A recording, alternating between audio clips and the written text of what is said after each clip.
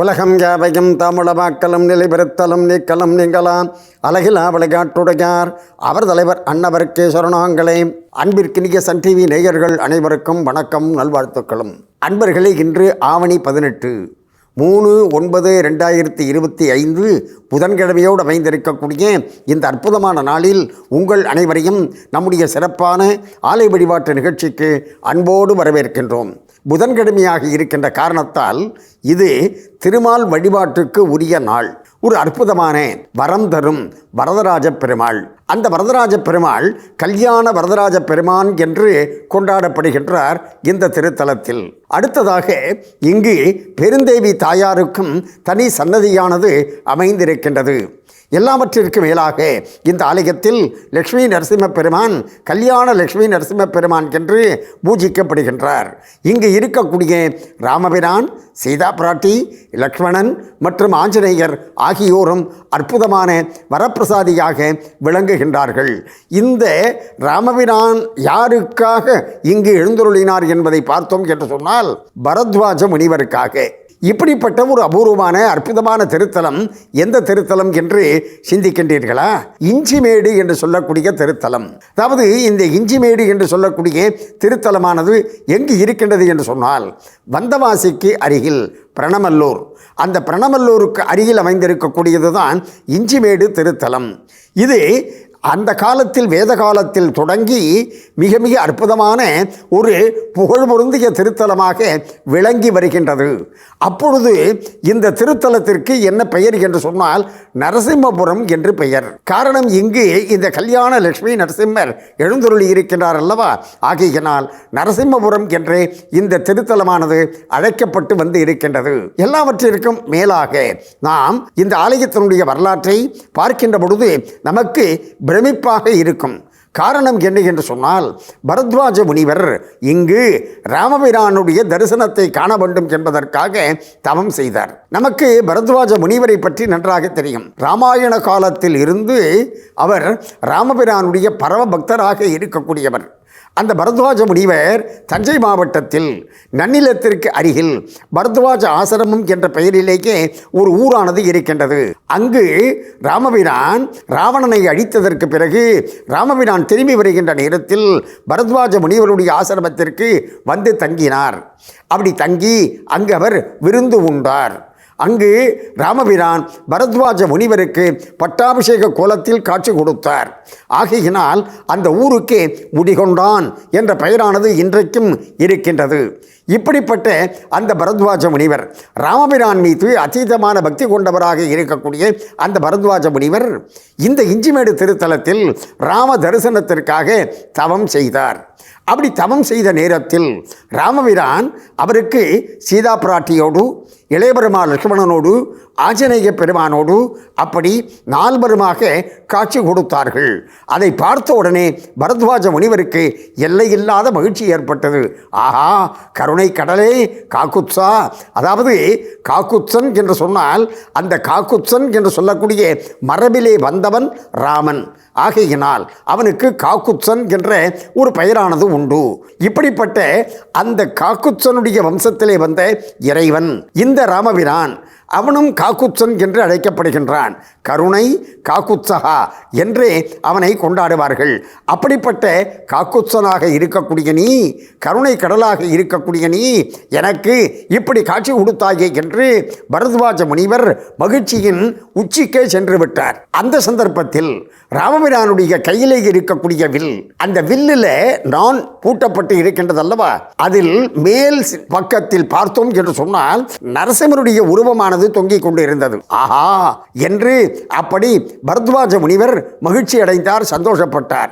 இன்றைக்கும் நாம் இந்த ஆலயத்திலே சென்று அந்த ராமபிரானை தரிசிக்கின்ற பொழுது அந்த வில்லில் இருக்கக்கூடிய நரசிம்மரையும் சேர்த்து ராமபிரானை தரிசிக்கின்ற நேரத்தில் பக்தர்களுக்கு எல்லையில்லாத ஒரு ஆனந்தம் ஏற்படுவதாக அப்படி சொல்கின்றார்கள்.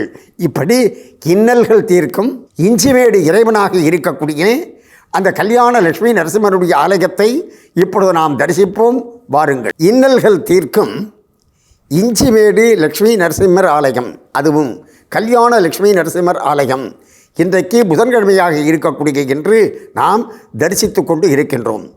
சென்ற பகுதியில் சிந்திக்கின்ற பொழுது பரத்வாஜ முனிவருக்கு அப்படி ராமபிரான் காட்சி கொடுத்தார் என்று பார்த்தோம் அல்லவா? இந்த செய்தியை கேள்விப்பட்டு ஏராளமான முனிவர்கள் என்ன செய்தார்கள்? அந்த இடத்தில் புனிதமான யாகங்களை செய்ய தொடங்கினார்கள். அப்படி யாகங்கள் செய்வதற்கு இஷ்டி என்ற ஒரு பெயரானது உண்டு. அந்த இஷ்டி யாகங்கள் நிறைய நடைபெற்ற காரணத்தினால் ஆதி காலத்தில் இந்த ஊரானது இஷ்டிமேடு என்று அழைக்கப்பட்டது. இஷ்டிமேடு என்று அழைக்கப்பட்டது தான் காலப்போக்கிலே சிதைந்து இன்றைக்கு இஞ்சிமேடு என்று அழைக்கப்படுகின்றது என்று இந்த ஆலயத்தினுடைய அர்ச்சகராக இருக்கக்கூடிய பாலாஜி பட்டர் அவர்கள் குறிப்பிடுகின்றார்கள். இந்த ஆலயத்தில் இருக்கக்கூடிய கல்யாண லட்சுமி நரசிம்ம பெருமான் அற்புதமான வரப்பிரசாதியாக விளங்குகின்றார். அந்த நரசிம்ம பெருமானுக்காக ஒவ்வொரு மாதமும் சுவாதி நட்சத்திரத்தன்று பார்த்தீர்கள் என்று சொன்னால் இந்த கிராமமே விழா கோலம் பூண்டிருக்கும். காரணம், அந்த சுவாதி நட்சத்திர மகா யஜ்யம், ஒரு வேள்வி, ஒரு ஹோமம் நடைபெறுகின்றது. அதற்கு சுவாதி நட்சத்திர ஹோமம் என்று அற்புதமான பெயர் வைத்து உலகத்தில் இருக்கக்கூடிய அனைத்து மக்களுடைய நன்மைக்காக செய்கின்றார்கள். இந்த ஆலயத்தில் இருக்கக்கூடிய ஆஞ்சநேய பெருமானும் அற்புத வரப்பிரசாதியாக விளங்குகின்றார். அவருக்கு மூலா நட்சத்திரத்தன்று, காரணம் ஆஞ்சநேயருடைய அவதார நட்சத்திரம் மூலம். எனவே ஒவ்வொரு மாதமும் மூல நட்சத்திரத்தன்று ஆஞ்சநேய பெருமானுக்கு விசேஷ வழிபாடுகள் நடைபெறுகின்றன. எல்லாவற்றிற்கும் மேலாக இந்த ஆலயத்தில் இருக்கக்கூடிய அந்த பெருந்தேவி தாயார் கருணை கடலாகவே விளங்குகின்றார். அந்த பெருந்தேவி தாயாரிடம் நாம் வரதராஜ பெருமாளுடைய சன்னதிக்கு வலது பக்கத்தில் பெருந்தேவி தாயாருடைய சன்னதி. அந்த வரதராஜ பெருமானுக்கு கல்யாண வரதராஜ பெருமான் என்று பெயர். காஞ்சிபுரத்தில் பார்த்தீங்கன்னு சொன்னாக்க வரதராஜ பெருமான் என்று கொண்டாடப்படுகின்றார். காஞ்சிபுரத்திற்கு கொஞ்சம் அருகிலே தானே அமைந்திருக்கின்றது இஞ்சிமேடு. ஆகையினால் இங்கு வரதராஜ பெருமான் கல்யாண என்ற ஒரு அடைமொழியோடு சேர்ந்து கல்யாண வரதராஜ பெருமாளாக பூஜிக்கப்படுகின்றார். அந்த கல்யாண வரத்தை அருளக்கூடிய அற்புத தெய்வமாகத்தான் பெருந்தேவி தாயார் விளங்குகின்றார். நாம் இந்த பெருந்தேவி தாயாரை நினைத்து நாம் ஒரு வழிபாட்டை செய்ய வேண்டும். அவரவர்கள் தங்கள் இல்லத்தில் இருந்தே அதை ஆரம்பிக்கலாம். எப்படி என்று சொன்னால், நம்ம வீட்டு பூஜை அறையில் ஒரு டப்பாவில் ஒரு விரலி மஞ்சள் ஒன்றை எடுத்து வைக்கணும். ஒரு ரூபாய் காசு ஒன்றையும் அதோடு வைக்கணும்.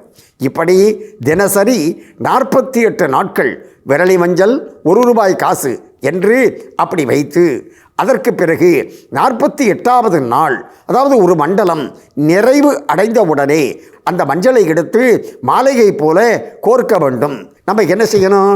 உடனடியாக இந்த ஆலயத்திற்கு சென்று விட வேண்டும். அப்படி ஆலயத்திற்கு சென்று அங்கு இருக்கக்கூடிய அர்ச்சகரிடம் இந்த விரலி மஞ்சள் மாலையை கொடுத்தோம் என்று சொன்னால் அதை அவர் என்ன செய்வார்? தாயாருக்கு சாத்தி நமக்காக சிறப்பு வழிபாடுகள் செய்வார். நம்முடைய பிரார்த்தனையை அந்த தாயாரிடம் நம் சார்பில் அர்ச்சகனை தெரிவித்து நமக்காக அப்படி பூஜைகள் செய்வார்.